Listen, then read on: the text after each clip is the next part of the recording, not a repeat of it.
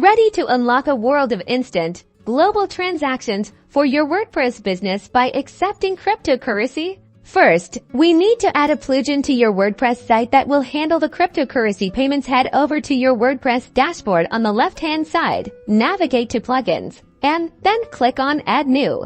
In the plugin search bar, type in CoinPayments. CoinPayments is a popular and secure gateway that supports a vast array of cryptocurrencies. Look for the official CoinPayments plugin. Once you find it, click Install Now. After the installation is complete, simply click Activate. This will add the CoinPayments gateway to your e-commerce setup.